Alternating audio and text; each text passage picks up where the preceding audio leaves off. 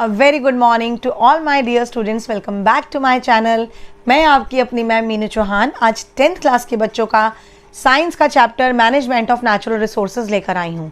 आपसे मैंने प्रॉमिस किया था कि अब छुट्टियाँ नहीं होंगी, फेस्टिवल्स ख़त्म, over, back to the work. आपकी रिक्वेस्ट पे आपके लिए आपका chapter management of natural resources is very interesting and very easy chapter. I don't understand कि आपको इस चैप्टर में प्रॉब्लम्स क्यों आ रही हैं, बट ये चैप्टर बहुत ईजी है और आई नो कि ये चैप्टर आपका आगे एग्जाम्स में एसेज में आ रहा है। तो आपके जो भी डाउट्स हैं मैं अभी अपनी वीडियो में क्लियर करती हूँ आपको। आप पहले मुझे ये बताइए कि आप बच्चों को ये पता होना चाहिए कि नेचुरल रिसोर्सेज क्या होते हैं। नेचुरल रिसोर्सेज मीन्स वो रिसोर्सेज जो नेचर में नेचुरली पाए जाएँ, जिन्हें हमने नहीं बनाया।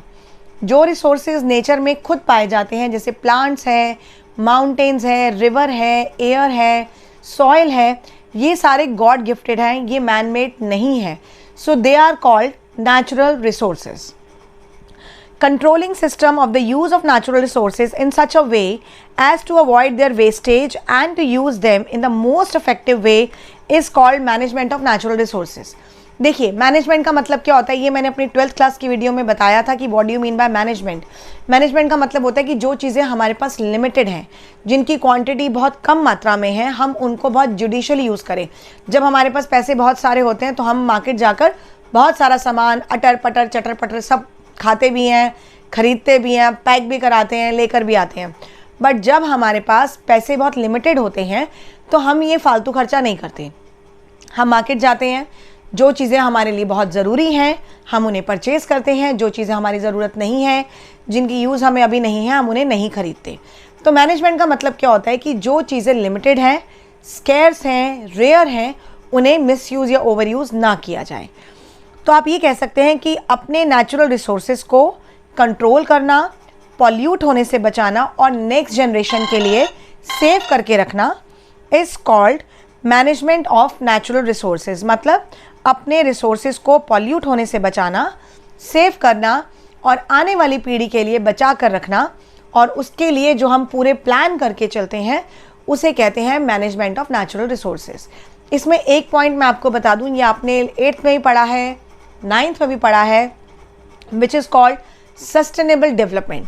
सस्टेनेबल डेवलपमेंट का मतलब होता है कि हम आने वाली नेक्स्ट जनरेशन के लिए पेट्रोल, कोल, डीजल, कोक यानी कोयला, हम इनको वेस्ट नहीं कर रहे, इन्हें बहुत जुडिशियल तरीके से इस्तेमाल कर रहे हैं, जिन्हें हम फॉसिल फ्यूल कहते हैं, ताकि नेक्स्ट जनरेशन भी इन्हें यूज़ कर सके। आज आप एरोप्लेन यूज़ कर रहे हैं, उड़ रहे हैं, बसेस में जा रहे हैं, स्कूटीज़ में जा रहे हैं, ट्रैवल कर रहे हैं, कार पे जा रहे हैं, और नेक्स्ट जनरेशन के लिए पेट्रोल, डीजल सब खत्म, तो बेचारे वापस से बैलगाड़ी पे आ जाएंगे ना, तो उनके लिए बहुत अनफेयर होगा। तो उनके लिए भी ये सब चीज़ें हम सेव कर सकें ताकि वो भी इनका यूज़ कर सकें। That term is called sustainable development. Ganga action plan which is called gap was formulated to reduce pollution load of river Ganga by more than 75%, and the water quality has been tested from time to time by checking coliform group of harmless bacteria in human intestine number 100 ml। Ganga action plan बनाया गया है जो अभी तक बहुत ज़्यादा successful नहीं हुआ, बट इसका बहुत पॉजिटिव इफेक्ट देखने को मिला जब लॉकडाउन हुआ था, क्योंकि इंडस्ट्रीज़ बंद थी, गाड़ियाँ ट्रैवल नहीं कर रही थी, हर कोई अपने घरों के अंदर बंद था, तो कुछ काम, कुछ ऐसी एक्टिविटी हो ही नहीं रही थी जिससे पानी या एयर पॉल्यूट होता। गंगा एक्शन प्लान में पॉल्यूशन को रिड्यूस करने की बात कही गई है, जिसमें ये देखा गया है कि गंगा नदी का पानी जो बहुत ज़्यादा सर्कुलेट होता है बहुत सारी स्टेट्स में, बहुत सारे शहरों में, वो 75% से भी ज़्यादा पॉल्यूटेड है। And the water quality has been tested from time to time.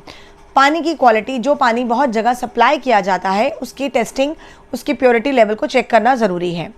Forest and wildlife. Forest are vast areas located far away from the human inhabitation where wild plants of various kinds grow and animals of different varieties live without the intervention of human beings। देखिए, जंगल क्या है? जंगल जंगल है। What is the question? जंगल क्या है? Yes, this is my question, the silly term। Forest are the places where you can find। Forest वो जगह है जहाँ पर आपको बहुत ज़्यादा तादाद में पेड़, पौधे, जंगल, और जानवर, जड़ी बूटियाँ, ये सब एक ही जगह मिलती है, लेकिन वहाँ पर ह्यूमन एनवायरनमेंट, ह्यूमन एक्टिविटीज़ और ह्यूमन इंटरप्शन नहीं होता. व्हाट यू कैन से, जो हम इंटरप्ट करते हैं ना नेचर को नुकसान पहुँचाने के लिए, वो ह्यूमन इंटरप्शन हमारा नहीं होता. Forest is a vast area, एक बहुत बड़ा एरिया है जो लोकेट करता है जहाँ पर वाइल्ड प्लांट्स हैं, वाइल्ड एनिमल्स हैं, and they are interdependent to each other, एक दूसरे पर निर्भर करते हैं और उनका एक जो लाइफ साइकिल है फूड चेन का, वो बरकरार रहता है, वो बना रहता है. Forest are biodiversity hotspot. Why these are called hotspot? Because you can find a lot of flora and fauna, a lot of variety of animals and plants together, they are interdependent to each other. So इसे हम कहते हैं hotspot. A person with an interest or concern is something is called stakeholders. वो लोग जो इन पे depend करते हैं उन्हें हम कहते हैं stakeholders. Stakeholders यानी कि आदिवासी हो सकते हैं, गांव के लोग हो सकते हैं, जो पूरी तरह से जंगलों पे डिपेंड करते हैं. To consider the conservation of forest, we need to look at the stakeholders who are. अब फॉरेस्ट को कंजर्व करने के लिए, इन्हें बचाने के लिए, इनको प्रोटेक्ट करने के लिए सरकार ने कुछ सख्त कानून बनाए जिस पे आम लोगों का वहाँ आना जाना बैन किया गया, आदिवासियों को वहाँ से हटाया गया. The people who live in around the forest are dependent on forest products for various aspects of their life. अब जो लोग ट्राइबल पीपल हैं, आदिवासी हैं, गाँव के लोग हैं, जो पूरी तरह से जंगलों पर डिपेंड करते हैं और उन्हें वहाँ से हटाया गया तो उनकी लाइफ में डिजास्टरल चेंजेस आए. The forest department of the government which owns the land and control the resources from forest. Forest department जो गवर्नमेंट का है वो लैंड को कंट्रोल करता है, रिसोर्सेज को कंट्रोल करता है, ताकि उन्हें डिप्लीट होने से, ओवर यूज़ होने से और मिस यूज़ होने से बचा सके. एक बार अगर कोई ज़मीन, कोई जंगल, कोई जगह गवर्नमेंट के अंडर में आ जाती है तो वो बायोस्फीयर रिजर्व्स या वो रिजर्वेशन सेंटर्स बन जाते हैं जहाँ पर आम लोगों का आना जाना बिल्कुल रिस्ट्रिक्टेड हो जाता है. The forest department of the government which owns the land and control the resources from forest and the industrialist from those who use tendu leaves to make bidis to the ones with paper mills who use forest produce. अब देखिए, notebooks हम use करते हैं, किताबें हम use करते हैं, जो पेपर बनता है, जो कागज़ बनता है, वो वुड पल्प से बनता है. तो अगर हम कागज़, अखबार, पेपर, इनका इस्तेमाल कम करें, जो पेपर या कॉपी हमारे वेस्ट में चली जाती है, भर गई है, हम यूज़ नहीं कर रहे, उसे हम बाकी चीज़ों के लिए, लाइक फ्राइड चीज़ों को निकालने के लिए हम अलग से टिश्यू पेपर यूज़ करते हैं, तो हम ये नोटबुक्स का इस्तेमाल कर सकते हैं. मिरर को साफ़ करने के लिए आप अलग से पेपर्स लेकर आते हैं, तो हम ये नोटबुक से पेपर का यूज़ कर सकते हैं.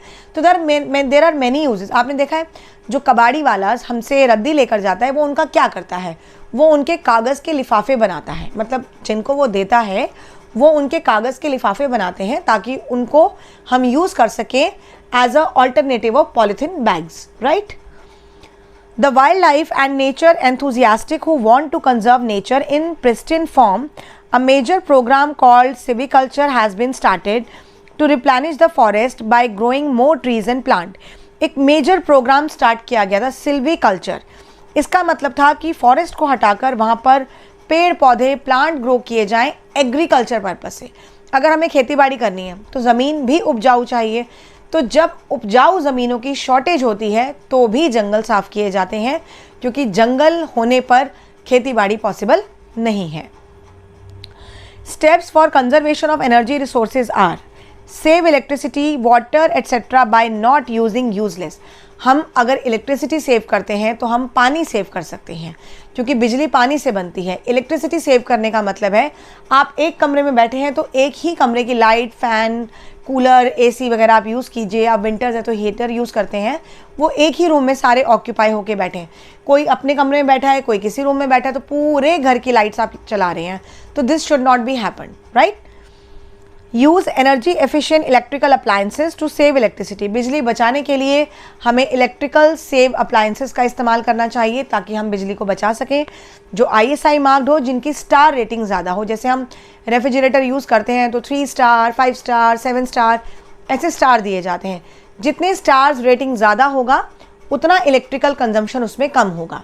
ट्यूबलाइट्स वगैरह हैं तो पहले जो हम बड़े वाले बल्ब्स लगाते थे उनकी जगह LEDs लगाई जाएं, CFL बल्ब्स लगाए जाएं, क्योंकि वो इलेक्ट्रिसिटी कंजम्पशन कम करते हैं.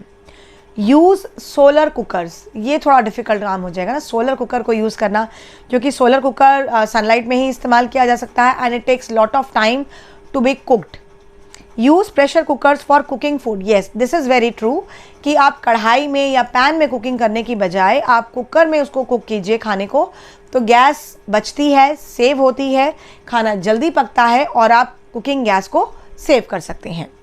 Encourage the use of biogas as domestic fuel, biogas का इस्तेमाल किया जाना चाहिए डोमेस्टिक फ्यूल के लिए। And fuel efficient motor vehicles should be design to reduce consumption of petrol and diesel, petrol और डीजल की जगह हमें सीएनजी इस्तेमाल करना चाहिए ताकि ज़्यादा से ज़्यादा पॉल्यूशन को हम कंट्रोल कर सकें। Now the next topic is pollution, ये मैं बहुत बार आपको बता चुकी हूँ, air pollution, water pollution, noise pollution and land pollution. When coal and petroleum based fuel and are burned, the product of combustion are carbon dioxide, water, sulfur dioxide, nitrogen oxide and sometimes carbon monoxide as well. हम जब भी कोल, petrol, diesel को burn करते हैं तो बहुत सारी harmful gases release होती हैं। इनके रियलाइजेशन से कार्बन मोनोऑक्साइड जब बनती है तो एनवायरनमेंट में एयर पॉल्यूशन का जो लेवल है वो बढ़ जाता है। अब आपने देखा कि दिवाली पर हमने क्रैकर्स बैन थे, हमने नहीं जलाए, क्यों? क्योंकि क्रैकर्स की बर्निंग से एयर पॉल्यूशन का लेवल बहुत बढ़ जाता है और इस टाइम भी दिल्ली जोन रेड अलर्ट पर है क्योंकि पॉल्यूशन लेवल बहुत हाई है। The fossil fuels, coal and petroleum will ultimately be exhausted because of this, because of the consumption pollute our environment and we need to use these resources judicially. जितना हो सके कोल, petrol, diesel का इस्तेमाल आप कम करें ताकि next generation उसे use कर सके और एयर पॉल्यूशन को कम किया जा सके। The destruction of the forest affect not just the availability of forest products but also the quality of soil, source of water and rain. अगर आप ज़्यादा से ज़्यादा पेड़ों को काट रहे हैं, जंगल साफ कर रहे हैं, तो हमारे पास नेचुरल रिसोर्सेज जो हमें पेड़ पौधों से मिलते हैं, जंगलों से मिलते हैं, उनकी शॉर्टेज हो जाएगी, कार्बन डाइऑक्साइड बढ़ रहा है, ऑक्सीजन कम हो रहा है, यही कहलाता है global warming. Global warming is what that you know ना, कि ऑक्सीजन कम होना और कार्बन डाइऑक्साइड का बढ़ना, और जब ऑक्सीजन कम होगी तो बारिशें भी अल्टीमेटली कम हो जाएगी। Large scale killing of snakes disrupt the food chain and which snakes occur and creates the imbalance in nature. हमारा जो एक पूरा फूड चेन है उसमें एक एनिमल दूसरे को खा रहा है, दूसरा तीसरे को। जैसे आप देखिए कि ग्रास को खाया डियर ने, डियर का शिकार किया लायन ने, सिमिलरली ग्रास को खाया किसी हर्बीवोरस एनिमल ने, उसके बाद फिर उसको किसी और ने खाया, उसके बाद फिर किसी और ने खाया। तो इस तरह से करते करते पूरा एक ही लाइफ जो इनका फूड चेन है वो चलता है। बीच में से अगर कोई भी एक एनिमल हट जाए या ख़त्म हो जाए तो वो फूड चेन डिस्टर्ब हो जाएगा और वो प्रजाति जो उसको खाकर कम करती है वो बढ़ती जाएगी। जैसे नॉन वेजिटेरियंस लोगों को कहा जाता है कि आप नॉन वेज मत खाइए, एक तरह से वो नॉन वेजिटेरियन लोग नेचर को बैलेंस कर रहे हैं, क्योंकि वो चिकन खा रहे हैं, मीट खा रहे हैं, तो उनके उस खाने की वजह से वो एनिमल कंट्रोल्ड है, उनकी उनकी क्वांटिटी बढ़ नहीं रही, वरना सब जगह मुर्गियां ही आपको नज़र आएंगी, ह्यूमन बींग्स कम हो जाएंगे। So the various sources of water which are available to use are rain, river, lakes, ponds, well, oceans and glaciers. पानी के जो सोर्सेज हैं हमारे पास रिवर, रेन, लेक्स, पॉन्ड, ये सब हैं, लेकिन अगर इनका इस्तेमाल हम ओवर यूज़ करें, मिस यूज़ करें या नदियों और तालाबों के पानी को हम पॉल्यूट कर देंगे तो पानी हमें नहीं मिलेगा, जिसकी वजह से पॉल्यूशन लेवल बहुत बढ़ता जाएगा और हम पीने के लिए पानी को भी तरस जाएंगे। The contamination of river water can be usually found from 2 factors. जो नदियों का पानी पॉल्यूट हो रहा है उसके लिए 2 रीजन्स हैं, बहुत मेजर रीजन्स। पहला है the presence of coliform bacteria in river water and the measurement of pH of river water, यानी कि पीएच लेवल डिस्टर्ब हो रहा है। फैक्ट्रियों से निकलने वाला हार्मफुल केमिकल, हार्मफुल वेस्ट जो नदियों और तालाबों में छोड़ दिया जाता है, उसकी वजह से नदियों और तालाबों का पानी बहुत ज़्यादा कॉन्टामिनेट यानी पॉल्यूट हो रहा है। सिमिलरली जो किसान खेतों में इंसेक्टिसाइड और पेस्टिसाइड का स्प्रे बहुत ज़रूरत से ज़्यादा क्वांटिटी में कर देते हैं, तो उसकी वजह से वो पानी जो खेतों में छोड़ा जाता है वो नुकसान पहुंचाता है प्लांट्स को भी, और बाद में जब हम वो उनका आउटकम फ्रूट्स या वेजिटेबल्स की फॉर्म में कंज्यूम करते हैं तो वो इंसेक्टिसाइड और पेस्टिसाइड इनडायरेक्टली हमारी बॉडी में भी जाता है। So rainwater harvesting is an old age practice in India and water harvesting techniques used depend on location where it is to be used. Rain water harvesting ये बहुत पुराना तरीका है जिसमें हम बारिश के पानी को बचा सकते हैं वेस्ट होने से, ओवर यूज़ होने से या मिस यूज़ होने से। अगर आप बारिश के पानी को टैंक्स में इकट्ठा करो तो बाद में आप उस पानी को यूज़ कर सकते हैं, यूटिलाइज़ कर सकते हैं, कपड़े धोने के लिए, बर्तन धोने के लिए, सफाई करने के लिए, इन मल्टीपल पर्पज़ के लिए हम इनको यूज़ कर सकते हैं। बट आप डायरेक्टली बारिश का पानी पी नहीं सकते। बॉम्बे में क्योंकि बारिशें बहुत ज़्यादा होती हैं, 2-2, 3-3 दिन तक नॉन स्टॉप बारिश होती है, तो वहाँ पर बहुत ही अच्छी टेक्निक्स का इस्तेमाल किया जा रहा है। जो वहाँ पे फ्लैट्स हैं उनके ऊपर टेरेस पर पानी इकट्ठा किया जा रहा है, पाइपलाइन के ज़रिए पानी नीचे बेसमेंट में टैंकर्स में इकट्ठा किया जा रहा है और उस पानी को जो टैंक्स में इकट्ठा किया जा रहा है वो कवर्ड रखा जाता है और फिर पाइपलाइन के ज़रिए लोगों के पोर्शंस में, फ्लैट्स में टैप के ज़रिए उसे पहुँचाया जा रहा है for the cleaning purpose of cleaning of utensils, clothes and floor and all, ताकि जो पीने वाला पानी है उसको बचाया जा सके। तो rain water harvesting is an excellent, I must tell you, it is an excellent source of multiple purpose of water uses.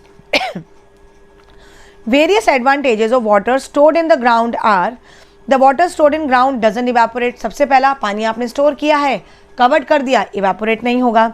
The water stored in ground spread out to recharge wells and provides। तो जो पानी हम over use या miss use कर रहे हैं हम वो नहीं करेंगे, तो कुएं का पानी, वाटर लेवल जो है डिप्लीट हो रहा है वो बचाया जा सकता है। Similarly the water stored in the ground doesn't promote breeding of mosquitoes. क्योंकि पानी आप ढक कर इकट्ठा कर रहे हो तो मॉस्किटोज ब्रीडिंग की प्रॉब्लम नहीं होगी। And the water stored in ground is protected from contamination by human and animals. और क्योंकि पानी आपने ढक के रखा है तो उसमें किसी भी तरह से एनिमल्स या ह्यूमन वेस्ट नहीं जाएगा, वो पानी कॉन्टामिनेट नहीं होगा। इसमें कुछ तरीके बताए गए हैं जहाँ पर रेन वाटर हार्वेस्टिंग को यूज़ किया जा रहा है। हिमाचल प्रदेश में जो तरीका है उसे हम कहते हैं कुल, राजस्थान में खादिन या टैंक्स या नादी, महाराष्ट्र में बंधरास, मध्य प्रदेश में बुंदीस, उत्तर प्रदेश में बुंदीस तालाब, देन बिहार में आहार या पाइनीज, जम्मू कश्मीर में पॉन्ड्स एंड कुल, तमिलनाडु में एरीज, केरला में सुरगम्बन्स और कर्नाटका में कट्टक्स। ये ऐसे तरीके हैं जहाँ पर तालाबों में, कुओं में, ड्रेनेज पाइपलाइन में या टैंक्स के अंदर पानी इकट्ठा किया जाता है बारिश का और फिर उसे अलग अलग लेवल पर यूज़ किया जाता है ताकि पीने वाला पानी हम प्रिजर्व कर सकें, बचा सकें। और आपका ये चैप्टर पूरा होता है। आई होप आपको समझ आया होगा। But before watching and after watching the channel, please do like, share and subscribe my channel। और नेक्स्ट वीडियो के लिए अपनी रिक्वेस्ट हमें जल्दी जल्दी भेजिएगा ताकि हम अपनी वीडियो आप तक पहुंचा सकें। Take care of yourself and your family. Good bye.